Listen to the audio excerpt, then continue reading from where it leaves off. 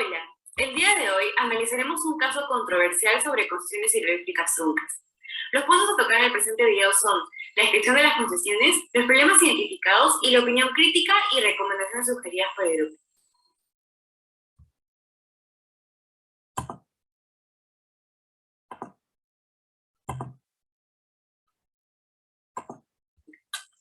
A partir del estreno en el Congreso Mundial de la Naturaleza en Francia, el documental El rugido del Marañón, en septiembre del 2021 vuelve al ojo de la tormenta los proyectos de las megarepresas Chalín 2 y Veracruz. De darse la construcción, los ciudadanos de pueblos aledaños deberán desplazarse y a causa de las inundaciones, muchos ecosistemas serán destruidos. Por su lado, ambas empresas consideran hasta el momento que los proyectos han dejado de ser económicamente viables y admiten que ya no existe justificación económica para realizarlas.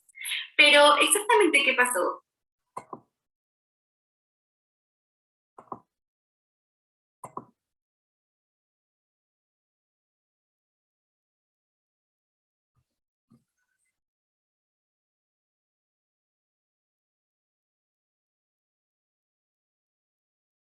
Durante el gobierno de Alan García se declaró de interés nacional la construcción de 20 represas en la cuenca del río Marañón. A partir de ello, se otorgó una concesión definitiva a la empresa Enel y Odebrecht para la construcción de estas megarepresas. Así, se realizaron y aprobaron certificaciones ambientales en el año 2013 y 2014 para el proyecto Veracruz y el proyecto Charín, respectivamente. No obstante, hasta el año 2018 y 2019 no se lograron ejecutar obras, pese a que se haya vencido el plazo de vigencia de certificación ambiental.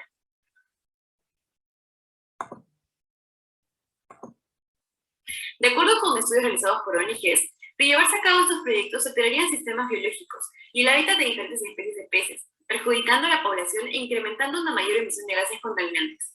Cabe mencionar que el proyecto Charín fue criticado por las numerosas observaciones realizadas por el MINEM en el estudio de impacto ambiental, por no establecerse medidas de prevención, por las inundaciones forestales que se originarían y los asentamientos a las comunidades indígenas.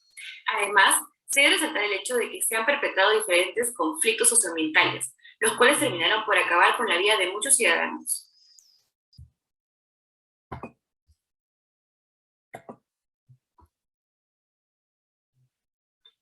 Bueno, la forma en cómo operan o cómo operarían esas empresas, digamos, resultan tener varios problemas.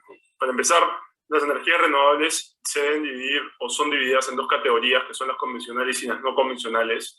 Por un lado, las primeras están compuestas principalmente por las hidroeléctricas, que son las que más difusión han tenido en el mercado de generación de electricidad. Y por otro lado, digamos, las no convencionales se encuentran conformadas por las eólicas, las geométricas, las solares, y otras que no han tenido el mismo nivel de difusión. La razón por la cual las no convencionales, digamos, no han tenido el mismo nivel de difusión que las convencionales, la misma razón por la cual las convencionales no tienen todavía un rol primario en el sector de generación eléctrica, ¿no? Que son los altos costos de implementación, la rentabilidad por debajo de otras fuentes, digamos, que hay en el mercado, y las dificultades para su implementación.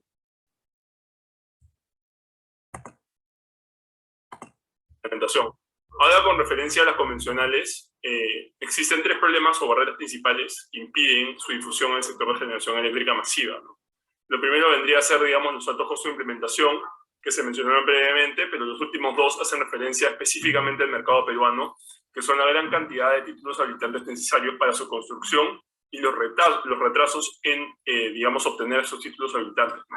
Básicamente, el gran número de estos títulos necesarios para hacer funcionar a la empresa resultan mayores costos para la misma, y estos básicamente se pueden definir o se deben definir como barreras administrativas para que las empresas puedan operar.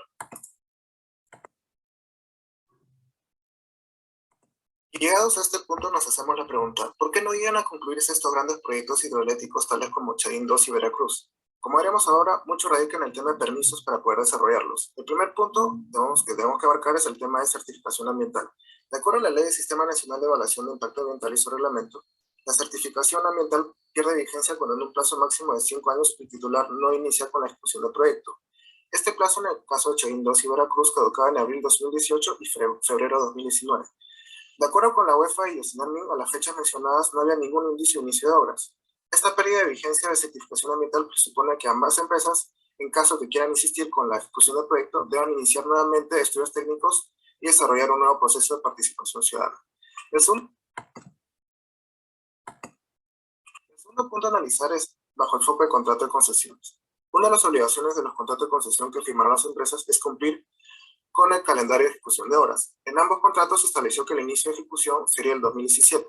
Según la Ley de Concesión Eléctrica, si el titular del proyecto no cumple con ejecutar las obras conforme al calendario, la concesión caduca, es decir, se extingue la relación contractual. Aquí el gran tema entonces es, ¿por qué no se iniciaron las obras? Y es que para el desarrollo de un proyecto de central hidroeléctrica, la normativa exige permisos para realización de intervenciones arqueológicas.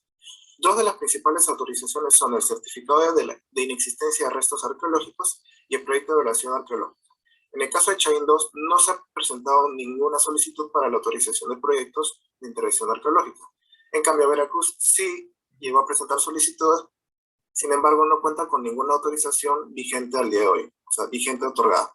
A la fecha, las empresas Chahín 2 y Veracruz no cuentan con ninguna autorización de intervención arqueológica, por lo cual están impedidas legalmente de ejecutar obras. También es necesario analizar la institucionalidad que ha reflejado nuestro país en el manejo de estos dos proyectos hidroeléctricos. Esto mediante dos puntos que consideramos importantes. Primero, el seguimiento de la concesión y segundo, los actos de corrupción que generaron desconfianza en el proyecto.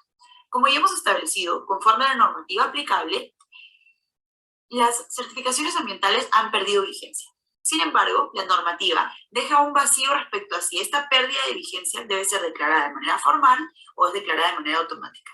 Siendo este el caso, el Ministerio debería, con urgencia, declarar formalmente caducos estos instrumentos medioambientales. Y esta declaración debería incluir la comunicación directa con las comunidades que estuvieron involucradas. Esto pues, si se les comunica la aprobación de certificaciones medioambientales, resulta lógico que también se les comunique que éstas han caducado, sobre todo tomando en consideración que este proyecto en concreto tuvo un gran nivel de conflictos sociales. Por otro lado, una gran falla de este proyecto ha sido la generación de desconfianza a partir del descubrimiento de un escándalo de corrupción.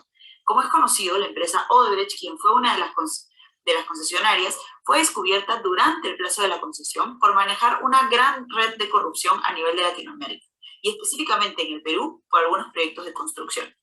Esto, sumado a que se aprobaron certificaciones ambientales a pesar de la existencia de observaciones por parte del Ministerio, generó mayor desconfianza en la opinión pública respecto a la verdadera conveniencia de estos proyectos.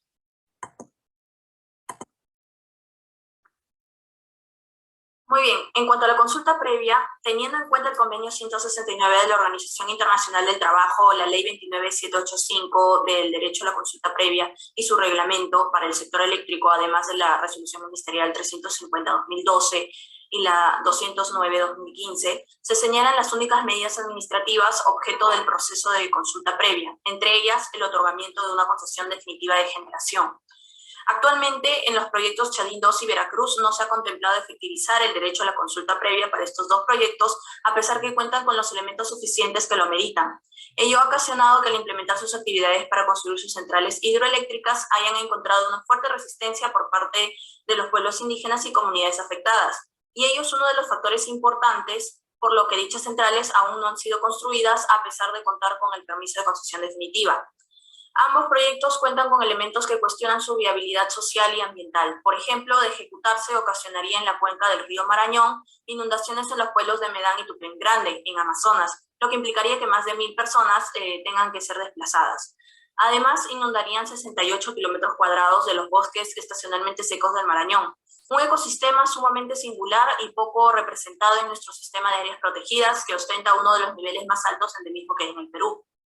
Por último, se sabe que actualmente las rondas campesinas de Selendín presentaron ante la Dirección General de Asuntos Ambientales del MINEM un documento en el que denunciaban la negativa de otorgar garantías suficientes para llevar a cabo un proceso de consulta previa.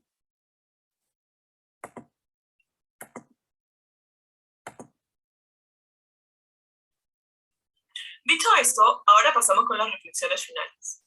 Tenemos en cuenta que la construcción de grandes represas ha dejado de ser promovida en países que forman parte de la Organización para la Cooperación y el Desarrollo Económico por los graves impactos que generan a nivel ambiental y social. Y teniendo presente que el Perú pasa hoy por una etapa en la que se tiene superávit energético, hace que la única forma de hacer que estas represas sean viables económicamente son en el corto plazo y a través de contratos que garanticen la compra de la electricidad con subsidios o esquemas contractuales que no fomenten la competitividad. De esta forma, y más allá del hecho que ambos proyectos, tanto Chadín 2 como Veracruz, no cuentan con los estudios de impacto ambiental vigentes ni con la certificación de inexistencia de restos arqueológicos, el principal motivo por el que consideramos que ambos no deben ser llevados a cabo es por las consecuencias negativas que traería en el aspecto social, ambiental y por el hecho que actualmente en el Perú, como se mencionó, existe una sobreoferta de electricidad, lo que en caso contrario debería ayudar a promover prácticas más sostenibles en este sector. De estos casos, destacamos la importancia de que se lleve a cabo un proceso de consulta previa integral, amplio y participativo que garantice y refleje verdaderamente la posición de las comunidades locales con la finalidad de evitar conflictos futuros que paralicen y o retrasen a los proyectos. Además, tenemos en cuenta que las empresas no son los únicos responsables de esos acontecimientos, sino que el hecho que en un primer momento se hayan aceptado estudios de impacto ambiental hace que el problema también sea más institucional.